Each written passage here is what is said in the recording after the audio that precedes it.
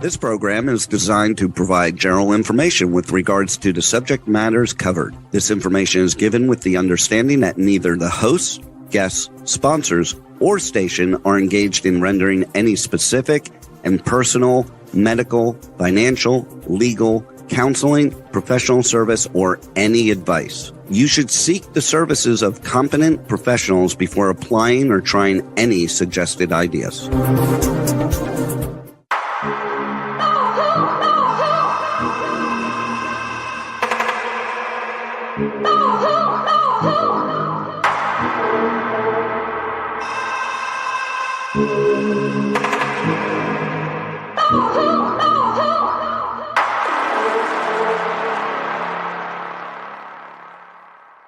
Good morning, true seekers and true crime junkies. Welcome back to another episode of Hit the Road, Jack, Finding the Zodiac.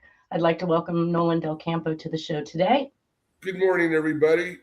Good morning. Bob says What's good that? morning. Bob? Hi, Bob. All right. Well, getting back to this week, we are finally going to finish off with this cryptography stuff. I had a small bit of an intro after some revelations and puzzle pieces that I was putting together with Nolan's help yesterday. So we're going to go to the presentation because we're going to start with this picture. Oh. Dead center. Now, while it is laughable that we're staring at something like this, and I probably laugh because you laugh, but the honesty of it is I'm rather disgusted by it. Needless to say, when Lindsay had mentioned last week that there was a picture of Bill Clinton in a dress, which was a painted portrait in the Epstein household, and it had been released in the Epstein files. I jokingly said it's probably Lewinsky's dress. Well, I didn't know how right I would be, but it's supposed to be, yeah. Yeah, even the red shoes, like everything about it is screaming, mocking. He got away with it. He's pointing out at people with a smirky little grin on his face, relaxed in a chair, and this portrait hangs over the top of some area in Epstein's house. Either way, that led Nolan and I to have some discussions in regards to the Epstein files and on Trump and things of that nature. And we looked at some things. One of those that we looked at was the newspaper headline that stated Trump had been convicted of 34 felonies, right? Yeah, 32 or 34, yeah. 34 felonies. Yeah. That's what the headline said. Okay. Now, of course, I had already previously done some research on that because I wanted to see what was going on, because my Democratic friends kept telling me our president is a convicted pedophile and he has a convicted felon. And I thought, how would anybody ever make it into office being convicted as a felon? And Nolan, you were able to discover that in our little bit of research yesterday, which was the judge who indicated that he did not rule. He did not rule on a decision, right? Was that what it said? No, he was convicted. He was convicted. What was the judge's reasoning? The first president ever convicted of a felony. Okay, so let me first preface it. He didn't get any jail time. He didn't get any fines. There was no penalties, but he did have 34 felonies. Now, and the 34 felonies in my research boiled down to business practices, not child pedophilia, had nothing to do with abusing women, had financial implications, and that no other person in the state of New York had been convicted of a felony for these offenses, that they were misdemeanors. A lot of it had to do with the Stormy Daniels affair, the payoffs and whatnot. Cohen and So covering up his dastardly deeds. The porn star, Stormy Daniels. You're cutting in and out. I don't know if Stormy Daniels or what the deal is with that person. Are you still with us? I think I've lost him. No, you're still there. Can you hear me, Nolan? I just missed what you said. You have a really bad connection. You are cutting in and out. I get every other word. I'm back. Okay. Anyways, I know nothing of the Stormy Daniels situation. Yeah, I'm back who he now. attempted to pay off. I missed Um, what's that? Yeah.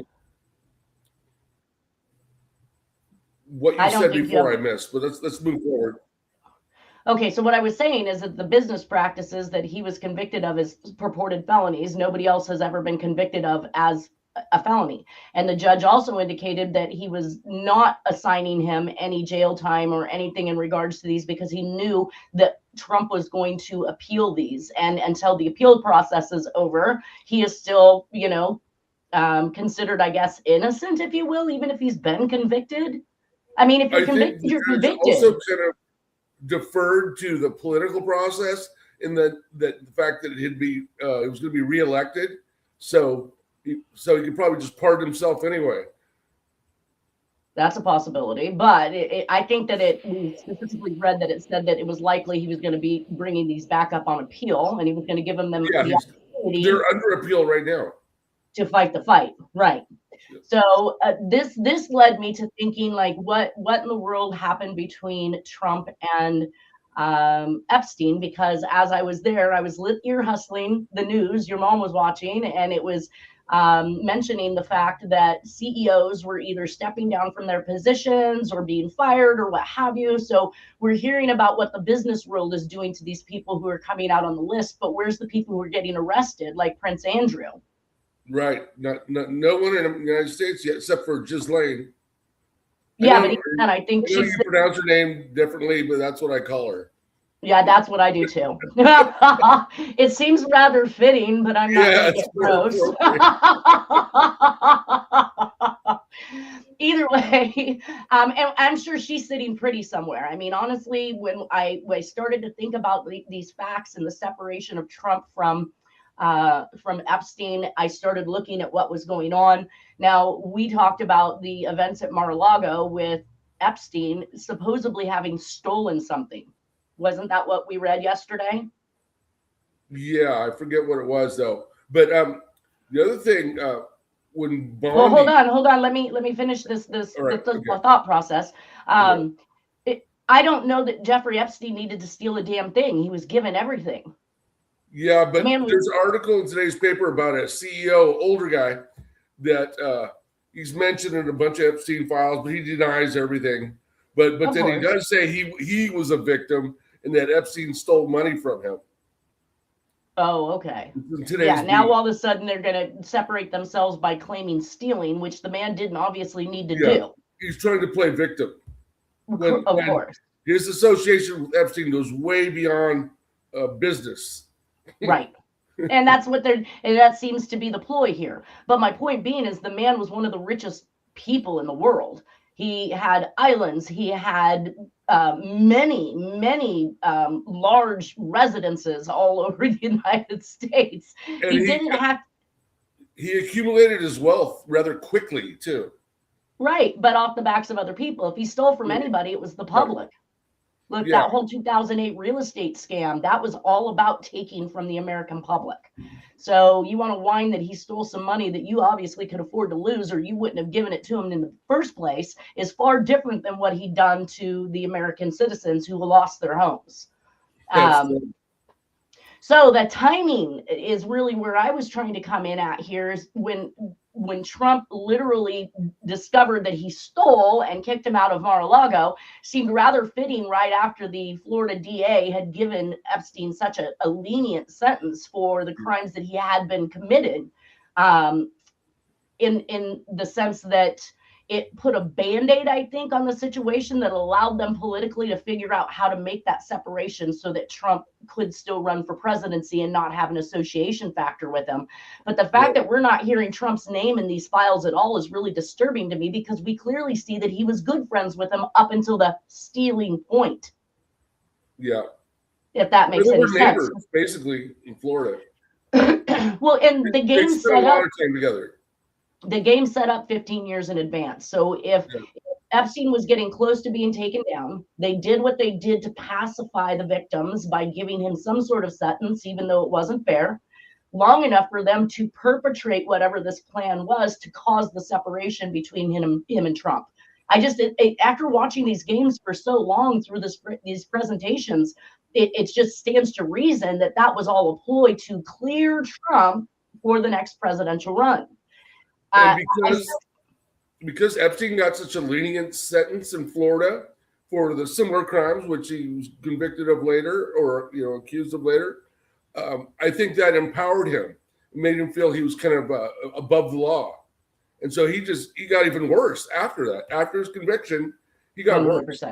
Yeah, I think he really ultimately thought he was going to be overly protected by these people to the end. And he was definitely going to be the fall guy. These people aren't going to be the fall guy. These CEOs are the fall guy. That's why he kept evidence, like Hoover. He kept dirt on like this Clinton thing. And I'm sure he has tons of stuff on Trump because he needed to blackmail them.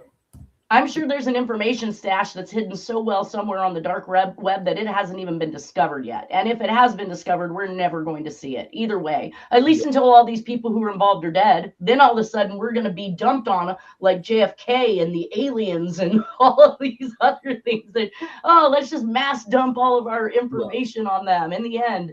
Either way, Maxwell knows, but she won't say anything because she's hoping for some sort of pardon or clemency or down the road. She figures if she keeps her mouth shut for now, at the end of Trump's term, maybe she'll get pardoned or get clemency or whatever, That's what we're going to want to look for. That's what we're going to keep in mind, that we don't forget in the next 2 years with all this other chaos that they have going on, that we watch who he pardons and what he pardons at the end, because it's going to solidify some of the statements we're making now.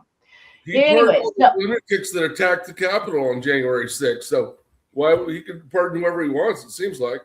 Exactly. Well, absolutely. Biden did. Every other president has. We had Bush literally pardoning Henry Lee Lucas after admitting to over 200 murders that he was force-fed by the Texas Rangers to attempt to close hundreds of cases across the United States, which I believe are all involved in this mess of nefariousness where they're just running an agenda and they don't care who gets in the way. They're going to take them out. And they've done it on several occasions. And they create these crisis instances where we have serial killers running amok in order to distract us. So now this whole president thing, I'm starting to worry about, Trump stealing a president. And then I just found out from my assistant that we also stole six tankers of oil from Venezuela as well.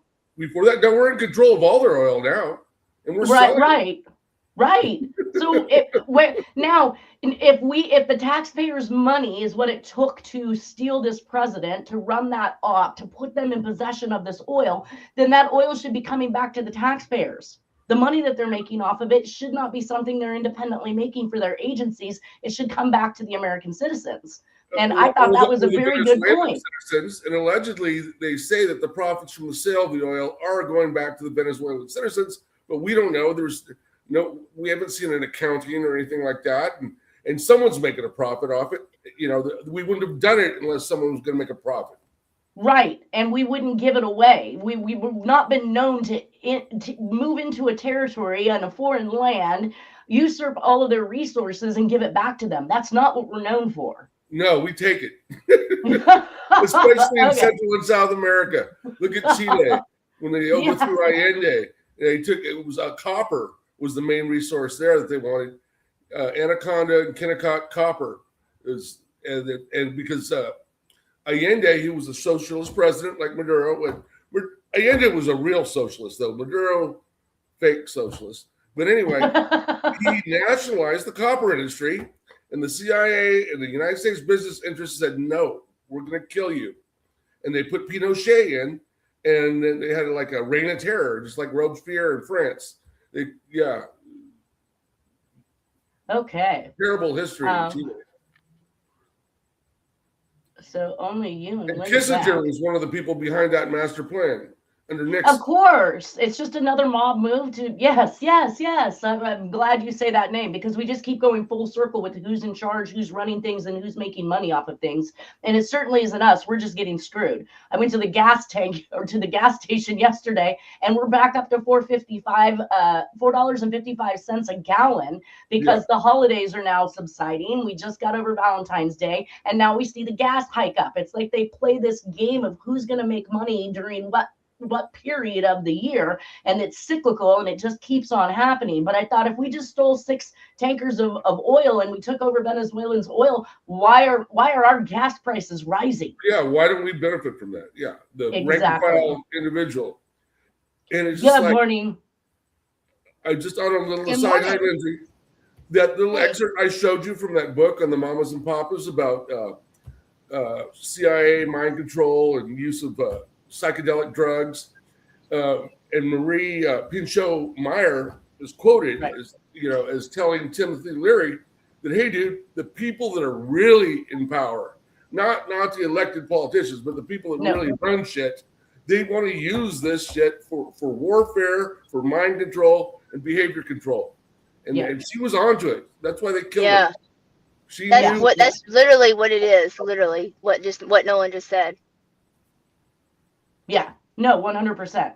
I completely believe that. I don't necessarily want to say everybody in government is bad, because that's not true. That would be like saying every person in a particular race or culture was bad. It's just simply not true. We just have bad people amongst the group, and we have people who are willing to profit off the backs of others, which means killing people, hurting people, demising people, doing anything and everything that they can to maintain what power they have and to usurp as many resources from us as they possibly can.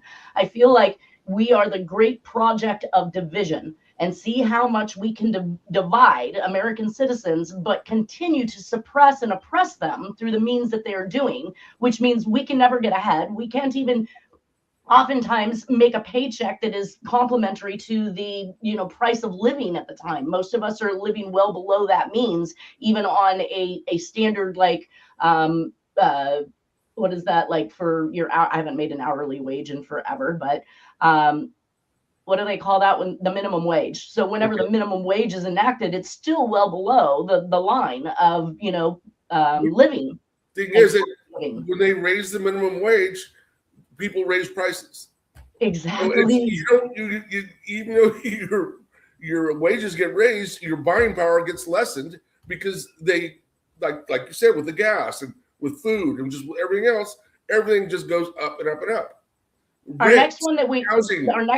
We'll see the gas market go down now, because we're going to be stepping into Easter, and we're going to watch the price of eggs soar through the roof. We may even have decimation of an entire, ranch of chickens, which always seems to happen about this time too, which also causes inflation. Makes me wonder if that wasn't a set game. Let's, kill off the entire stock, and then what we have left, we can charge 5 times the amount. People are still going to buy them because it's Easter.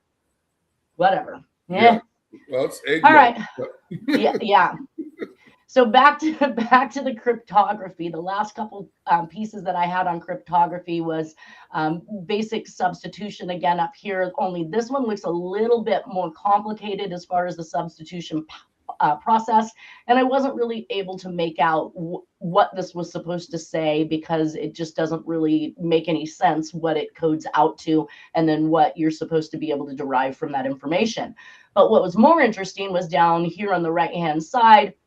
We look again at, these are the frequencies of common short words, letters of the alphabet, and let's see, and words and letters. So basically E being the most used letter in the English language means that it's used more. And if it's a simple substitution, if you have one symbol that repeats itself more than any other symbol, it is typically an E. And then on down the line with T being 92, O being 79.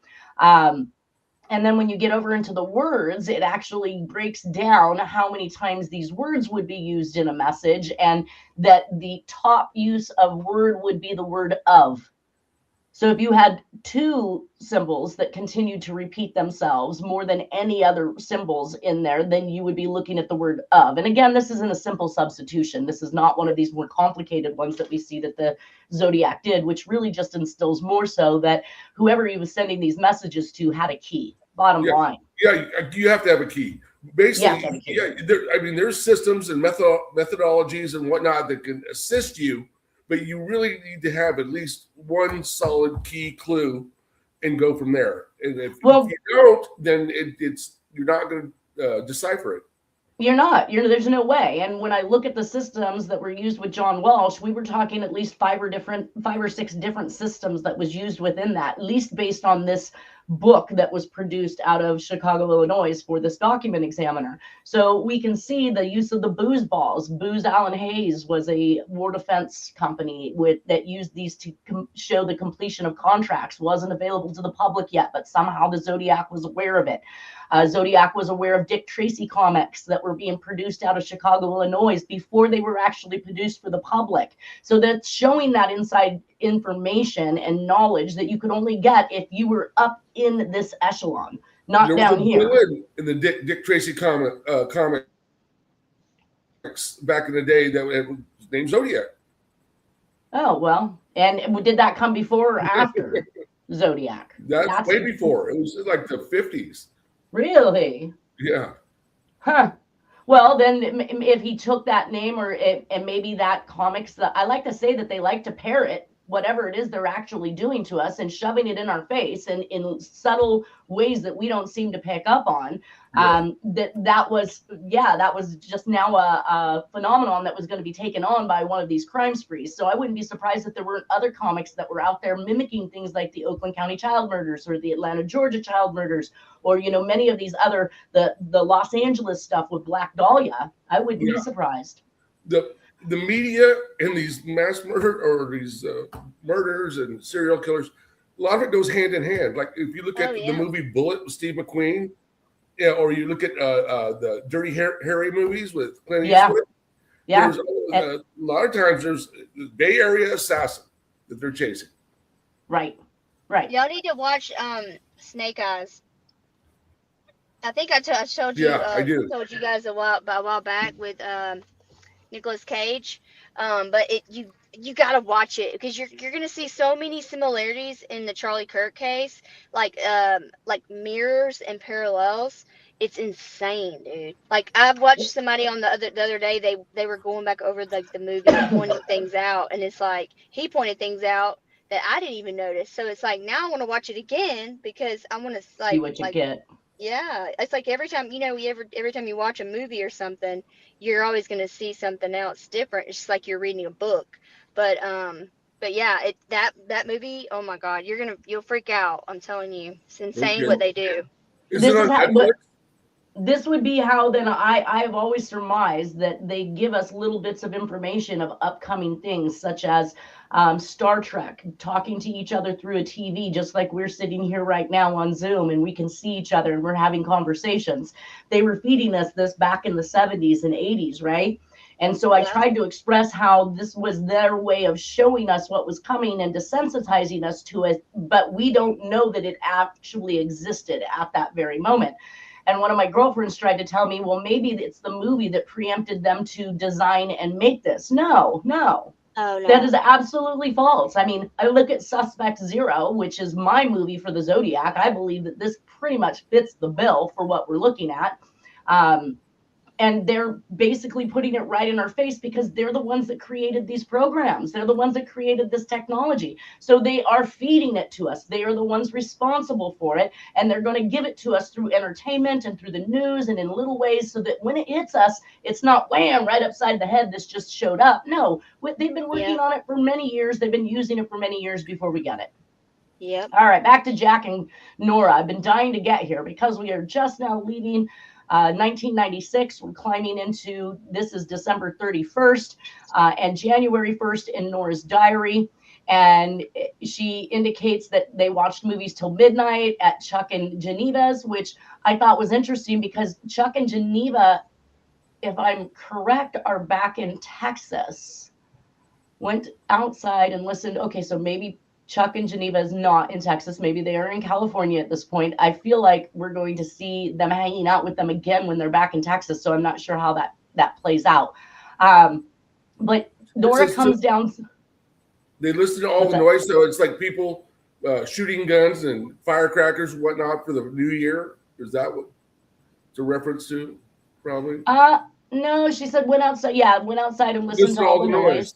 Yeah, Jack didn't even wish me a happy new year. No hug, no kiss, no nothing. New Year's Day, Joy cooked a ham. And so she comes down sick with something. She gets the flu, then she has some eye issues from it, probably contracted whatever virus she had in her eye. It swells up. Jack is currently sick at this point. They had already planned on heading back home, but now we're seeing her diary say January 10th, January 11th. It's moving on in until January 7th when she says rain or shine. But take note that up here we see December 16th turn to January 16th. We see January 17th turned from December 17th. So we're seeing some oddities in her date sequence. And I bring this up because when we get to when they're back in Texas, it conflicts with the actual phone records showing that they were already back in Texas 2 days before. So it makes me seriously concerned about the dating sequences and why they had been changed. She was consistent January, then why would you go hop back and now December 16th? It just didn't make any sense. It was almost like she plotted out this. What's that? Is the bottom one supposed to be January 17th or January 7th? January 17th. And it says rain or shine, Jack was determined. We are leaving this day. Me still not feeling good. So let's forward into the next one. Me still not feeling well, and my eye only getting relief when it's closed, did not want to leave, and just 2 days ago I find out Charles is not going with us. So she says I was numb. She didn't care if she lived or died. Like this is some pretty desperate words for somebody. And I get it, Charles is 18. I don't believe that this is the first time he's ever been away from his mother by any means, but he stayed back so that he could get his GED taken care of. And Nora's very upset that they're moving on to Texas without them. Did he join the military after he got the GED? Is that what the path he was on? No, not Charles. Charles is Jack's youngest son, and that was the other Dennis. Yeah, the other Dennis was military. Yeah. Okay. So there are several dates that are also changed on this one. So did she pre-fill all of these dates out and then come back, or was she legitimately making mistakes at the time she was attempting to write the entries, which is a little hard to tell. January 18th per phone records, the calls are made back to California from their home phone number. So presumably they've made it home by January 18th, but we're showing that they're still in Arizona on January 19th. So how is this possible, right? So it's weird. Looks like manipulation of the dates. Something is going on here. And Nanette, did you notice if it was actually her writing over on top of the old date? It does appear though that some of it is. I haven't studied her handwriting like I've studied Jack's. It's probably something I should do to make sure that Jack hadn't gone back and changed it. Yeah, that's what I was thinking. Yeah, some of these dates may have benefited him to have been changed, but what if he just simply said, you need to change those dates? I feel like Dennis had mentioned at one point in time that Nora knew who Jack was and that Nora feared for her life that she was going to be killed by Jack. And if she did truly know who and what Jack was, it wouldn't be so hard for him to tell her you need to change those dates, you know? Yeah. I know Dennis feared him, the other Dennis. He was in fear of him. Oh yeah. Dennis was definitely scared of him. So on the January 20th, 1997 to January 29th, 1997, in her diary, this is where I bring up the phone bill. And in this phone bill, it shows January 23rd, 1997, Jack is receiving cell phone bills from Southwestern Bell in the name of John W. Terrence Jr. So this is one of the first introductions I see of the name John. So now he's using a different name to obtain cell phone bills. Yeah. And also, John is his actual name. Jack is a nickname for John. Okay, but his name is J.W. Terrence. Right, yes. He adopted Jack. Mm-hmm. I believe his father went by John. Right. And they were both W's. So J.W. Terrence Jr. is a junior because his dad was J.W. Terrence. And then if they opted for a name other than J.W., it would have been John or Jack, like we're seeing. I'm just saying at this point, this is the first time we're seeing the use of John. So again, an identity change as he's in another state. Back in Texas, now he's listed as John Terrence. And in fact, this bill was actually listed under Terrence, Terrance, which was one of the aliases that was used in one of his convictions back here in California. So he's over here, but we do see him actively trying to get them to change it from the Terr to the Tarr. So it could have been a clerical mistake on the phone company's part. Either way, he's still using John, which is a totally different name. I don't care if they're swappable. These are legal documents. Right. Yeah. Out an account with a cell phone company, you should be using your legal name. Just a quick aside, back to the movies.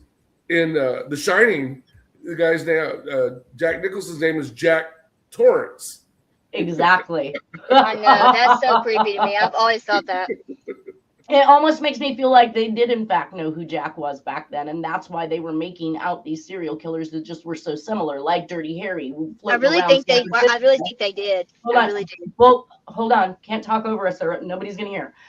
Just like the Dirty Harry movies where they're floating around after a serial killer in San Francisco, right? It's just so close to home. I'm sorry, go ahead. Lindsay. Oh, I was just saying, I really agree with that. Like, I really think they knew who he was and still are hiding it now. Yeah, 100%. It's going to be just like the Alien files. It's going to be just like the JFK files.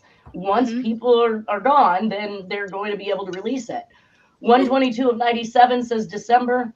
And then, so again, we're still seeing all the way into January 22nd. She now has a full-on habit of writing January, and we're still seeing December pop up, which is very leery, and it says that Jack is getting sick, but he was just sick on New Year's Eve. So now you're telling me on January 26th he's getting sick again? I mean, I don't know that he's cleared up from whatever he had. New Year's Eve, which is why they hadn't left California. She says she misses Charles. Flova, Jack's mom, went to the ER for breathing issues and is confused, looking very bad per Nora. And Mary's husband has some medical issues, which is Nora's daughter. So Nora's head's spinning right now. Charles has left himself in California. She's coming back to a place she absolutely hates. She despises Flova. Jack's getting sick. All of these things are going on all at one time. February 1st to February 17th, we see that Flova, Nora says Flova looks like she's dying and not getting any better. And then 2/7, and I'm not sure because it says February, let's see, 2/7. It starts to say what looks like February 7th, and then it's changed to February 17th. And that's a big jump from the 6th to the 17th. Might also indicate that she does pre-fill out a date before she writes, once again, in anticipation of writing, and may just not get to it until she does, and then she changes the date when she does. So I can play devil's advocate there on both sides. I think that the writing on the right side looks like it was all done at the same time. You know. Well, this green obviously is after the fact. But it's two different types of ink, though, it looks like. Right. So she starts out with this blue pen, Mary called, and then goes into this green, and then goes into this blue, but then comes back and uses green to rewrite over the top of these blues. So this feels like an entire insertion here, this green, because she touched up the words on the entry after it that was done in blue ink with that same green pen. I'm really confused. This is not how a diary should work. So it says Jack is getting sick again after antibiotics, and he has bronchitis in January, or at least that's what they think it is at that point. By February 18th to February 21st, Jack is really not doing well. And it says, doctor took one look at him and put him in the ER room, running tests to see what's wrong, admitted him to ICU, congestive heart failure. Jack thought he would come home on Friday. So obviously he didn't even understand the severity of what it was that he was going through. And the reason why I bring that, you know what? And that brings me back to one of the witnesses in the Jonbenet Ramsey stuff in December, making a claim that one of the people he witnessed getting on the Greyhound bus appeared to have congestive heart failure. And he recognized that by the barrel-chested, fat belly type, body structure that usually accompanies congestive heart failure. I know my dad had it, so I do understand what he says about barrel-chested, and barrel-chested was a description that was used in the Zodiac killings as early as 1969. So we're seeing this run its gamut, and again, for this very reason, I can't exclude Jack because he did in fact have congestive heart failure. Well, and then you have those records of him calling those Colorado numbers. So during the month that he's gone from the family, when he supposedly had an alibi for being in California with the family for the holidays. You're right, 100%. It says that he now is being they shipped Jack to community hospital in San Antonio. He didn't come home. Doctors couldn't figure out why his blood pressure keeps dropping. Couldn't figure out why his pulse is too high and then drops too low. Dolores and Chubb and I followed the ambulance down to San Antonio. He is in the National Regional Heart Institute. So he's sent off to one of the finest places, I'm sure, for heart surgery, because I believe at this point is where he's going to get his pacemaker. Flovis still isn't doing well and is still very confused. And now Nora is having to travel to San Antonio to visit Jack. But he is actually in good spirits when he sees Charles, which I think is kind of interesting. So Nora says on February 23rd, it's a beautiful day. I feel great. Charles is home. Jack's mom is stable, but very confused. Rick is doing better than expected, although the side effects are atrocious. What he is going through, I'm not going to share that medical, if that person's still alive, it's not my job to share his medical stuff, but she was very concerned for his mortality at this particular point in time. So Jack, I feel like, doesn't really have any love for Nora. I mean, that whole notion that Dennis stated that Nora, or that Jack pulled him aside and took him into a room and told him, you know, I don't want to be here any more than you want me to be here, but this is how it's going to be, and we're going to learn how to get along, basically. Well, it kind of coincides with the way Nora's feeling in some of these entries in her diary. So I wanted to read this one just because it made me sad for her. It said that Jack was happy to see Charles. It wasn't long we were there, and he started in on me.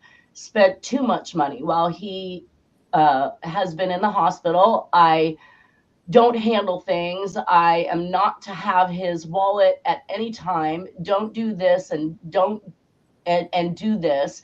Giving instructions to Charles how to take care of things. Now, Charles is 18 years old, and he's in a hospital with Jack, who's suffering from congestive heart failure, ordering his son to make sure his own mother doesn't handle affairs. What a chauvinistic thing to do. Yeah, he's 18. He doesn't respect Nora at all. At all. So instructions to Charles how to that just shows there's, like you say, a chauvinistic attitude that he never respected women to begin with. He never, not once.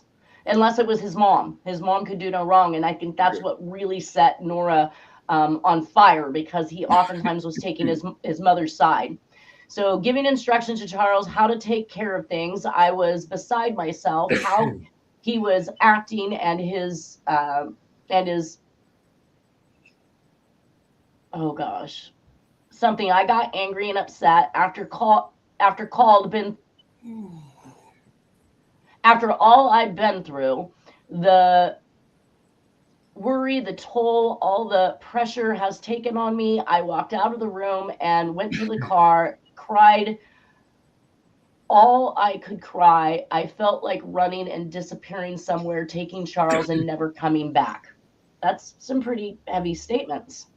Yeah. And I get it that these times are stressful, but I mean, she's talked about suicide now. She's talked about leaving and taking Charles with her. Anything, I guess, to hurt Jack, and maybe as much as Jack has probably hurt her. I don't know.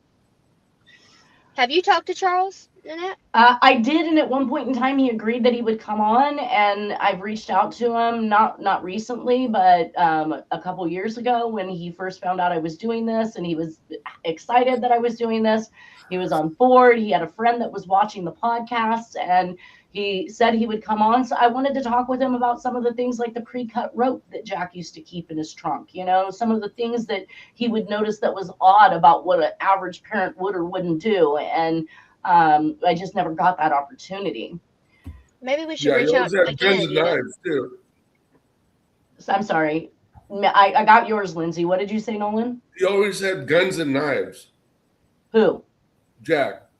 Oh, 100%. Yeah, and you could see them. I mean, carry them right on his hip because in Texas you can do so. So here, February 24th to February 26th, it says Jack's pacemaker gets reprogrammed. So I'm assuming at some point, though I didn't see it in the notes when he actually got that pacemaker, but it is now being reprogrammed because I think that's where they figured out his blood pressure was going too high and dropping too low and things like that. Jack gets to come home on February 27th of 1997. So we see that it's taken him almost a month in the hospital from the time he got home to get cleared and out. How old is he at this point? Do you know? In 97, he's born in 23. If I have that right, 23? No, that's not right. 28. He's born in 28. That would have made him 41 in 69. And so this is almost 70 at this point, 68, 69. Okay. Which is why I think that he's nothing more than the letter writer at this point. I do think he had a heyday of killing people. I don't discount that at all. But I think 69 is pretty young to me. Well, it can be if you're in good health. I think back then, nowadays. Yeah. But in 90s, that wasn't, that was kind of average for men who were in their 70s when, they were knocking off women a little later in the 70s, early 80s. I think they say something like an 8-year statistical difference between women and men in, mortality rates at those ages. So February 27th of 1997, Jack lands himself in the hospital with congestive you're heart breaking up on the live. I don't know if it's me or... I don't know. Well, I was having a little bit of issue earlier, but I haven't. You sound fine to me right now. Okay, so it might just be yours, Lindsay. I failed to remove that entire entry of February 27th, but by March 19th, 1997, Jack is being sent information he requested back to normal, it seems, for him. This is some type of lower back pain relief company, as far as I can tell, and we know that Jack walked with a lumbar. He had a discogram done before back injuries and a subsequent surgery. So here he is looking into some information in regards to what's called the teleback. And as much as I could find on that, it's for those who suffer from back pain. Teleback offers a real opportunity to get rid of this limiting and annoying problem from your home. I can't believe this just disgusts me that they sell this stuff as if this is a fix-all for these individuals who are in pain, and all you're doing Nanette, I've worked for a neurosurgeon for 10 years doing back surgeries, and I've never heard of that. Well, that's what I'm saying. It's like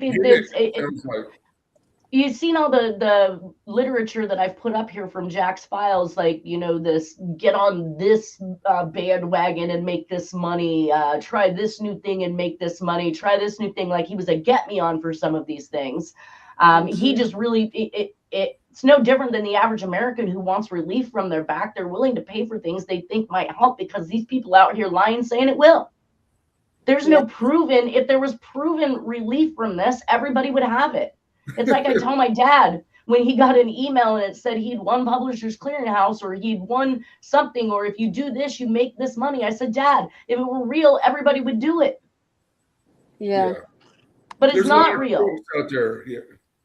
They're going to be around long enough to take your money from you and maybe a couple other million people. And then once they figure they've tapped that pond, they're going to skate on to something else and bring up a whole new program where they can make money in a different way under a different name with a different phone number.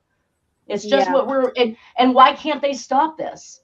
Why can't they stop the people who are lying about these things and feeding this nonsense to us and using and taking our money because all we really want is relief?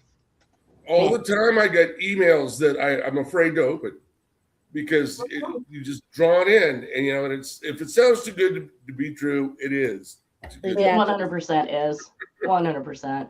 And sometimes you take it as a serious. So phishing is where they basically look to perpetrate themselves out to be a trusted company, and their whole goal is to obtain your personal information so they can commit identity theft against you. You've got malware that comes in, and we've seen the malware. I'm now finally understanding all these different fraud methods through the computer system, which isn't my forte. I don't usually deal with IT or technology, a limited technology, should I say, in forensic examination. But the malware that comes in to destroy, so they purposely embed this malware to come in and destroy your computer when you're researching something like we are. And I've seen it happen to several of my computers. Harriet's had it happen to her computers, on down the line. You click on some of these links and it'll tell you straight up, there's a virus. I think they even embedded one in my message board. So people don't go to my message board because they get scared. Once they go to the link and they try to process that link, they get a warning from Google saying that there's a virus attached. Don't do it. And I'm thinking, what the heck? I don't have any viruses attached. Stuff. Yeah, that's terrible. Yeah, I don't have anything embedded. So either this is just something that they're doing as a ploy against me, which tells me they have big capabilities to be able to do that. Or somebody has embedded somehow, some way, maybe an attached document or something that they thought they were acting like they were helping me out with research and attached something that had an embedded malware in it. Yeah, whatever it might be. Whoever they are, they have big ears and big eyes. And and broad reach. Big ears, big eyes, broad reach. Yeah. So I also, at this particular point in time, 1997, found Jack's phone book for the people that he knew of, and I circled many of these things with, I want to look up these numbers and see who these people are. I know, Lindsay, that you have that capability, but I've put these ones up here just so we can talk about some of the locations that Jack has friends in. So, of course, we've got Chubb and Dolores Barnett, and we've talked about how Jack has used Barnett in the past for a name for a bell. Donnie and John Barnett. So this is obviously his mother's maiden side. So the Barnetts is Flova Barnett before she became Flova Terrence. Jim Bond, Seguin, Texas.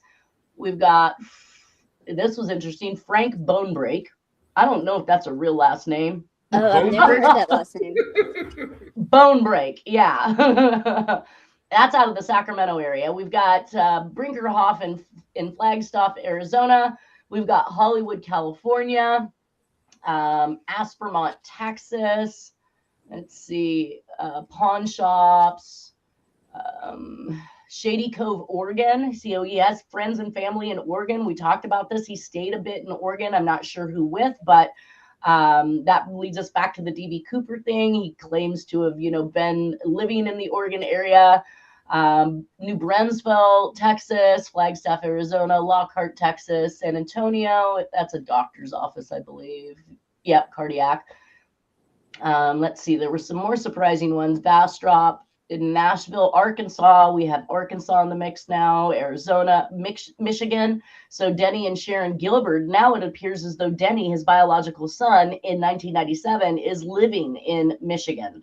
Now you got to remember though that Denny and it was Nora's kid's father who lived in Michigan. So he really has two sources in Michigan. Aside from his own son, Nora's married family was also living in Michigan. I looked up the Lexington, Michigan to see approximately how far it was from the Royal Oak and the Oakland County child murders, and I found that it was an hour and 30 minutes away. Wow. Too close for comfort. Too close. More Flagstaff, Seguin, let's see, Dale, Texas, Dallas, Texas, Longview, Port Huron, Michigan. So now here's the Kaufman family. This is Nora's original, because Dennis's last name is Kaufman. So I don't know if this is an aunt and uncle, a grandmother, grandfather, maybe even the father of the children. Did you say, is it Kaufman with a K? K. Yeah. Okay. Yeah. Kaufman with a K. So I also Googled Port Huron, Michigan, as it pertains to the Royal Oak area, and I found it was only an hour and 7 minutes away. So when they moved to Cont, Minnesota, It was a 12-hour trip from Cont, Minnesota to the Michigan area, which we know that there were visitations that took place because Dennis talked about them. And now we can see exactly how far the happenstances of what occurred with the Oakland County child murders were from where the proximity of family members or places that he could probably drop the kids off and disappear like he likes to do. Yeah. I'm curious to see the ancestry on him. But I've tried to look it up before, but he has some like you just stated, like he puts the different names in there. He has a null. He has a null for a name because he's J.W. Terrence. You're not really going to find anything because it doesn't lead you to search parameters that are required to populate something. I think that's the null that Terry B was talking about. So if you ran Letha self, you're not going to find anything because self is not recognized. It's just not enough information to make an identification, and neither would So JW. What I was thinking was maybe I should look up Nora because if they were actually married legally, then I can find stuff. So maybe and then they were divorced. Then then I can find stuff. That marriage wasn't valid because he hadn't divorced from Doris yet. So then they had to get remarried. Then they got divorced when he tried to harm the family, when he went berserk and tried to kill everybody with a hammer and a knife or whatever during the 80s. And then they got remarried, I guess, at some point because we're married there in the end. And there should be documents of that, so it will lead me to a trail. Right. Well, see, I've also got Florida, I've got Arizona, I've got all kinds of different locations, which puts Jack in all these areas that I have talked about throughout the presentation. But we are at the end of our time. We'll finish off the phone book, and maybe I can get some of this information to you, Lindsay, to help in your research. Yes. I want to thank you both for being here today. Everybody have a wonderful weekend, and we will see you next Friday. Nice hat. Nice hat, Barry S. Brewing Company. I love the hat, by the way. I love it. I love hats. I collect them. We'll see you all soon. It's Barry S. hat. It is. That's Zodiac 101.